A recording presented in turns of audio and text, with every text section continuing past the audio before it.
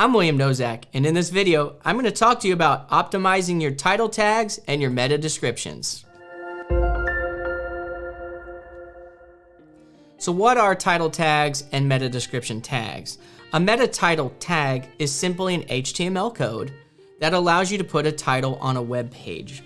Remember, these are title tags, they're HTML tags, they're meta titles. Meta, information about information. And I'll show you where those are at in the SERPs. A meta description tag is also an HTML code and will give you an idea of what the content on the web page is. It gives humans an idea, it also gives bots an idea. So title tags help with organic SEO, rank by giving context to the web page someone is about to view. Meta descriptions, again, are tags, a short couple sentences, and they further elaborate on why someone needs to click on your link. So the meta titles, we want to think about length, keywords, descriptors, and also advocate for that page. In regard to meta descriptions, we want to talk about making it enticing. Even sometimes putting a call to action in that meta description can help. Use the target keyword so Google will bold it in the SERPs. Be specific, don't leave it wide open so that it really doesn't give people an idea of why they should click your link. And then using uniqueness is very helpful. So optimization strategies, map the site. Know what pages are supposed to be ranking for what keyword clouds, what page and what that page is supposed to do. Topical relevance, keywords, using keywords, making sure we're not cannibalizing other pages by not focusing or hyper-focusing on certain pages for certain keywords, keyword clouds. And then also focus on your call to action, and so that you can convert people when it does rank in the SERP. So what is the length? When it comes to the title tag, there is a short length, it's always changing. It's different by device. Phones are gonna serve a shorter meta title than your tablet, and the tablet's gonna serve a shorter meta title than your computer, and really different monitors also are gonna change that. So the rule of thumb is about 155 characters. I always take mine a little longer just because the bots read it and I like the little SEO value. I'm also very cautious in my meta title to have one keyword phrase and then followed by the company name. We used to stuff them in the past, and this really just kind of looks low budget, it looks low quality, putting like keyword 1 in position 1 and pipe, keyword 2 in position 2, pipe, and then the company name. Really just, you've gone past that. Companies are spending money on their SEO. You've got one marketing company fighting another marketing company. It's no longer a business owner that's also in marketing fighting a marketing company. Business owners have gotten smarter, so marketing companies are doing it right. And it's really, you want to have one keyword in position 1 and then your company name in position 2 across the board. There are always exceptions to the rule where you can have 2 keywords in position 1 and 2, but the best companies that spend money on multiple things in their pipeline, ads, social media, email marketing, SEO, web development, affiliate marketing, you think of your whole pipeline, you don't need your SEO only carrying all the marketing weight, so do it right. Always keep in mind that there's 155 characters. Make sure to take full advantage of these characters. Each and every word has to count.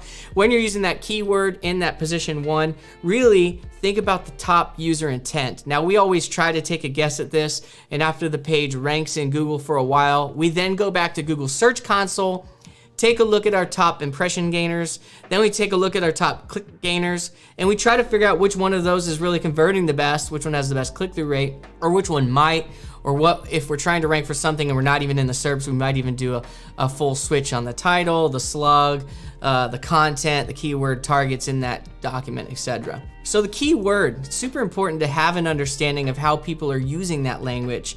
Oftentimes in the space, we use a different language than consumers that are downstream from our product or service. So use of the keyword's important. You can get there by looking at your competitors, how are they ranking? You can get there by looking at a Google My Business, how are people using language to get Google to show your Google My Business. A lot of times you're looking in the keyword planner, seeing what the cost per target is. People are gonna pay more, companies that are existing, the incumbents are gonna pay more money for keywords that bring in good quality leads. And so you're gonna look at those keyword targets and see which ones are more costly. That kind of tells you these may also convert better. Sometimes we're going to geo-modify that. On certain pages, we might have just an interior page that has a certain keyword, but then we might geo-modify that per city so we can have both of those pages. Of course, that's going to carry over into the meta title. So use the keyword. It's very important in the meta title. Also important, I always like to look slug first. What is the slug? Meta title, meta description, H1, H2 content, keyword density, etc. Internal links, external links. So make sure to use the primary keyword that's being optimized in the content on the page. And of course, throughout that page in the H2s, you can use synonyms and similar language, the keyword cloud. The bots, they get all of that. You don't just have to use one keyword any longer. So be careful not to overdo it. When you only use a restricted language, like open up the gate for the language, the bots actually value that. And it doesn't look so manufactured, right? We want to make it, when we're sculpting a page, we don't want it to make it manufactured. We want it to look authentic. So same thing with a meta title. Try to be authentic with the meta title, but use descriptors. So if we're trying to rank for a one word keyword, very unlikely. Usually it's going to be two, and it's going to be in a phrase. We're going to try to use descriptors, help people with who, what, when, where, why. Maybe if there's a what or a why that we're answering, we might use that right there in our meta title. The purpose of the tag is to directly hit what is being solved or shared by the information on that page. So whatever the purpose of that page is, whatever that page is a complete guide to, or whatever those steps are, try to think 30,000 foot view. What are people searching in Google that we want Google to serve this page for? If it's at the top of the funnel, then leave it wide open. If it's at the bottom of the funnel, usually we need to be somewhere in the middle of the funnel where people are trying to vet out clients and look who they want to buy from before they get to the bottom of the funnel. Bottom of the funnel is usually 3, 4, 5 words. It's a long tail, and we can usually include those targets in a larger body of content with purposeful CTAs on those pages and amounts of information that allows that page to rank middle of the funnel, bottom of the funnel, and sometimes top of the funnel. So use appropriate descriptors and then advocate. While space is limited, if at all possible, make a case for why the page should be viewed. You want to be honest with the people that are searching in search engines and just finding your website out there. So don't lie.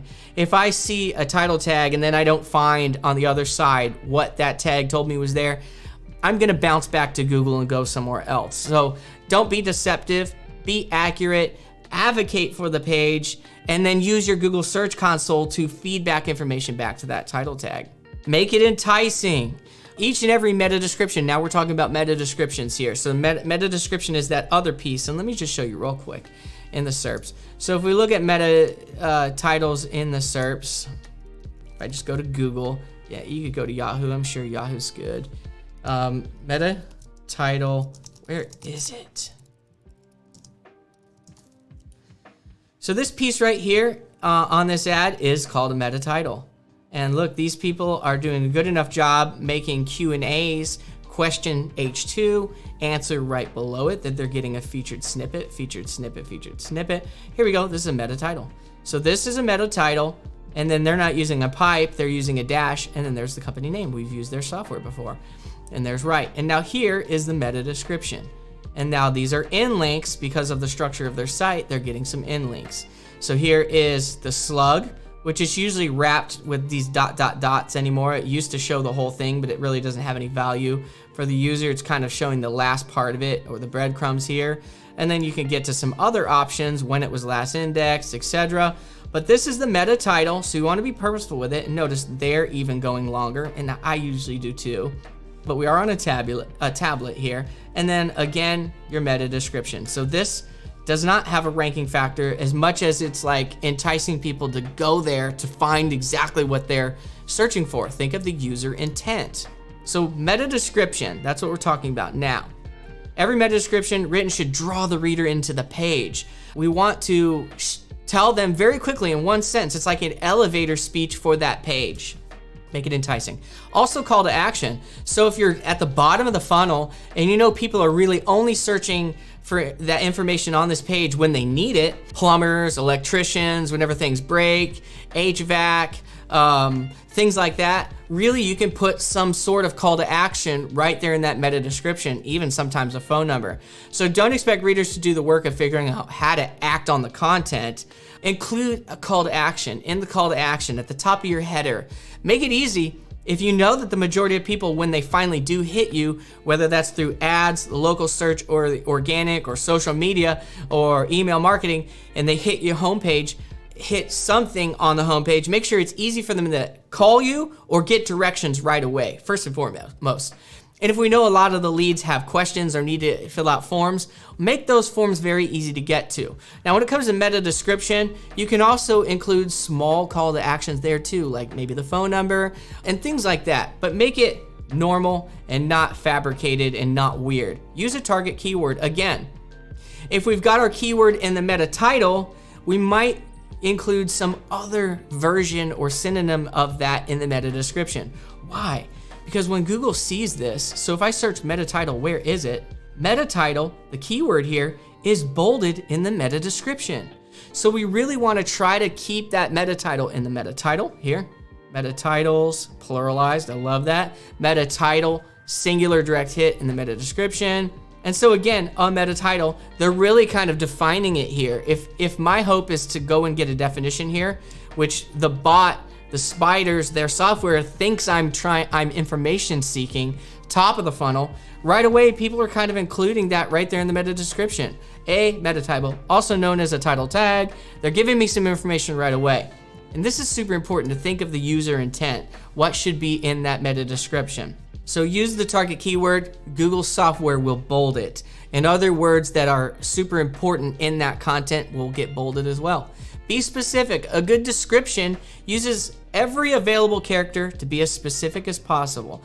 Be concise, but use the space. Don't ramble just to use up the space.